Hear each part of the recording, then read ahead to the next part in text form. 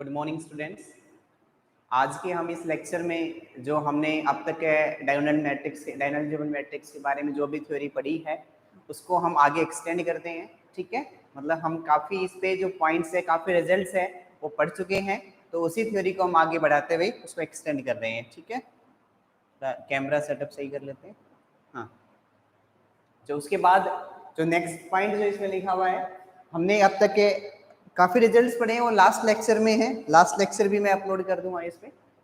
तो इसमें जो इसके बाद जो आज का जो लेक्चर्स के जो पॉइंट्स हैं, वो पॉइंट क्या है, कह रहे अपने पास हमें अब तक पता है कोई भी यदि रियल सिमेट्रिक मैट्रिक्स है तो वो रियल नंबर पे डायगोनलाइजेबल होती है। ये हम कल कवर कर चुके थे। ठीक है, और जो बाकी जो स्क्यू सिमेट्रिक, हार्मिशियन, स्क्यू हार्मिशियन, जो ऑर्थोगोनल, यूनिटरी, ये सब कॉम्प्लेक्स नंबर पे तो डायगोनलाइजेबल होती है। ये हम कल पढ़ चुके थे। रियल नंबर पे सिर्फ रियल सिमेट्रिक के बारे में पढ़ चुके हैं। ठीक है, तो उसको थोड़ा और एक्सटेंड कर रहे हैं उसी कंसेप्ट को। कह रहे हैं अपने पास जो नेक्स्ट पॉइंट नंबर 19 है, कह रहे real symmetric matrix is diagonalisable if real skew symmetric. ठीक है, सिमेट्रिक ने लेते हुए हम यहाँ पे स्क्यू सिमेट्रिक के बारे में बताना चाह रहे हैं। सिमेट्रिक के बारे में तो पता है हमें, पूरे आर पे होती है।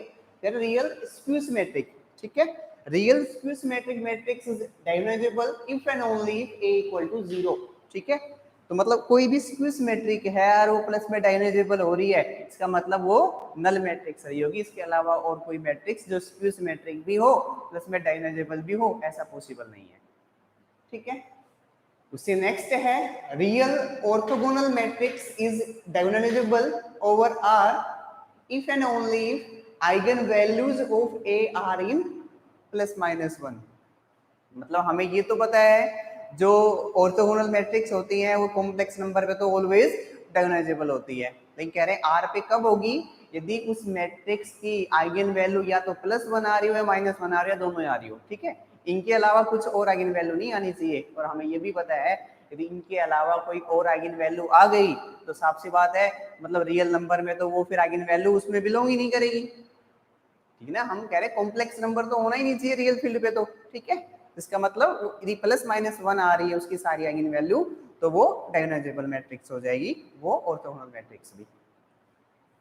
उसके बाद जो आइडेम्पोटेंट मैट्रिक्स होती है, क्या होती है वो, a² इक्वल टू a होती है। ठीक है, ये हमेशा ही डायगोनलाइजेबल होती है, जैसे C हो, J और R हो। क्यों होती है, क्योंकि आपको पता है कि जब आप इसका कैरेक्टरिस्टिक पॉलिनोमियल, मिनिमल पॉलिनोमियल निकालोगे तो अपने पास जो इसके फैक्टर की अपने पास क्या आ रहे हैं, x² - x आ रहा है। सिंप्लीफाई किया तो x इंटू x - 1 लिख दो यहाँ पे।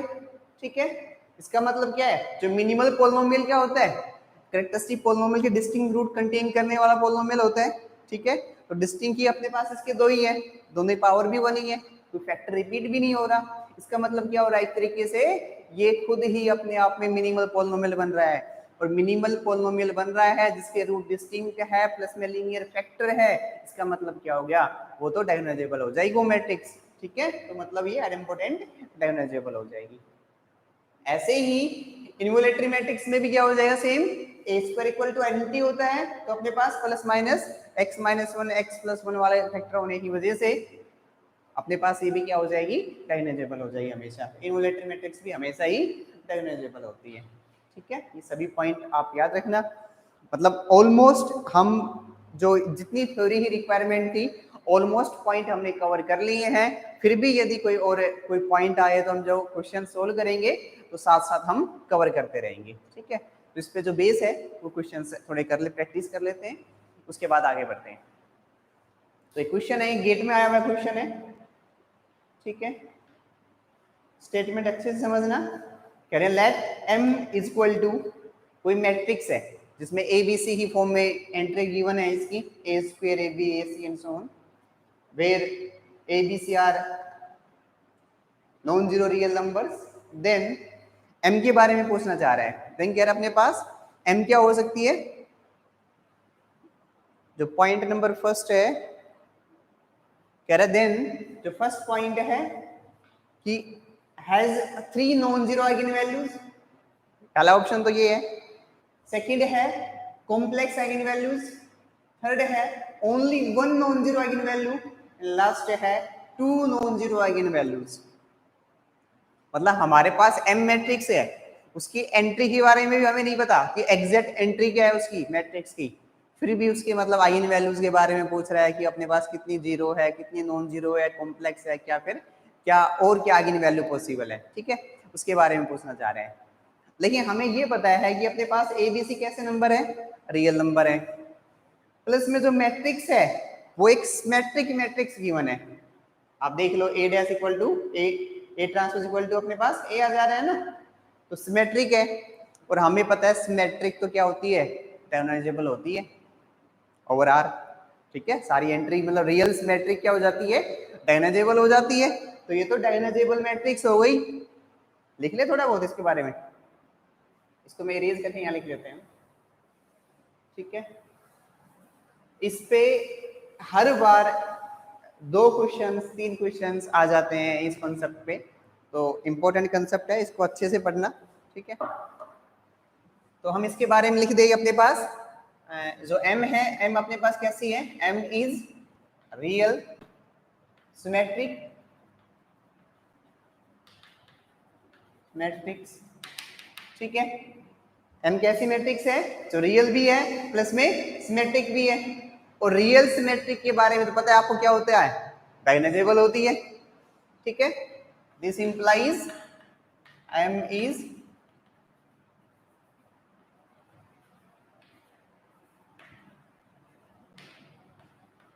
डायगोनलाइजेबल मैट्रिक्स, ठीक है।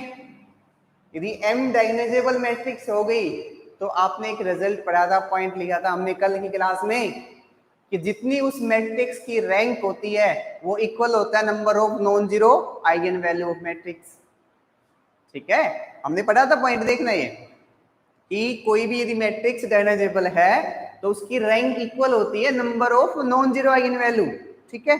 तो हम ये देख लेते हैं यहाँ पे भाई इसकी रैंक कितनी है, रैंक निकालना तो बड़ा इजी रहेगा इसमें, आप देख सकते हो रैंक निकालना तो आता है, ज्यादा कोई टफ वर्क नहीं है। तो कैसे देख लो, अपने पास कोई भी यहाँ पे इसका जो डिटर्मिनेंट है वो 0 हो रहा है, या फिर 2 क्रॉस 2 का कोई भी माइनर उठा लो आप, जब आप वेरीफाई करोगे 2 क्रॉस 2 का कोई भी माइनर ले रहे हो तो वो हमेशा 0 आ रहा है, ठीक है। मतलब अपने पास जैसे आपने ये उठाया तो क्या वैल्यू हो जा रही है, ए स्क्वायर बी स्क्वायर माइनस ए स्क्वायर बी स्क्वायर 0 बन रहा है। अब ये उठा लो अपने पास, तो A B square C minus ये ए बी स्क्वायर सी, अब कोई भी उठाओ तो 2 क्रॉस 2 का वैल्यू 0 आ जा रहा है। इसका मतलब क्या है, इसकी रैंक क्या है, इसकी रैंक ना तो 3 हो सकती है ना ही 2 हो सकती है, इसका मतलब क्या है, जो मैट्रिक्स की रैंक क्या हो जाएगी, 1 हो जाएगी, ठीक है। ठीक, मतलब हमें स्मार्ट वर्क करना है, आप उसमें निकालने मत बैठना, अपने पास ऑपरेशन लगाओ तो बहुत टाइम कंज्यूम हो जाएगा। जो बेस्ट पॉसिबल वे है उससे अप्रोच करो एग्जाम में, और उससे अप्रोच कब कर पाओगे, जब ज्यादा से ज्यादा क्वेश्चन आप सोल्व कर चुके होंगे, ठीक है। एग्जाम में टाइम सेव करने का सिर्फ एक ही मेथड है, उसके अलावा और कोई मेथड नहीं है। आप इतने कंसेप्ट को इतने अच्छे से पढ़ के जाओ, इतने अच्छे से पढ़ के जाओ, जब आप एग्जाम में बैठो तो आपको पेपर में लगे कि हाँ ये तो लगभग पेपर आपका पढ़ा हुआ आ रहा है, आपने अच्छे तरीके से समझा हुआ है, और जो ये कंसेप्ट वही है जो जिस क्वेश्चंस के, जिस टाइप के क्वेश्चंस की आपने प्रैक्टिस की है, ठीक है। तो प्रैक्टिस बहुत इंपॉर्टेंट पार्ट है मैथमेटिक्स में, तो कि मतलब जब आप प्रैक्टिस कर लोगे तो बहुत सारी टर्म्स हैं वो आपको खुद ही याद हो जाएंगी, याद करने की जरूरत नहीं है, खुद ही याद हो जाएंगी। हाँ भाई जैसे ये मैट्रिक्स है, या अपने पास आइडेम्पोटेंट मैट्रिक्स होती है, सिमेट्रिक मैट्रिक्स होती है, ये प्रॉपर्टीज होती है, वो खुद में खुद याद हो जाएंगी आपकी, ठीक है। तो लिख लो यहाँ पे, तो रैंक क्या हो जाएगी, and rank of m is equal to 1, this implies number of non-zero eigenvalue of m, m means matrix of matrix m is, ठीक है। रैंक आप माइनर का यूज करते हुए निकाल रहे हो, कोई भी माइनर उठा लो उससे हमें आइडिया लग जाएगा इसकी रैंक कितनी है, 1 है, ठीक है। क्यों, एंट्री नॉन जीरो है, ऐसा तो हो नहीं सकता भाई रैंक भी मतलब सारी एंट्री 0 बन जाए, रैंक इसकी मतलब नल मैट्रिक्स बन जाए, इसलिए रैंक इसकी 1 है, ठीक है। इसका मतलब क्या है, थर्ड ऑप्शन ट्रू हो गया। उससे नेक्स्ट पढ़ो, उससे नेक्स्ट में क्या है, नेक्स्ट है कि let m equal to 1 a b 0 2 c 0 0 1,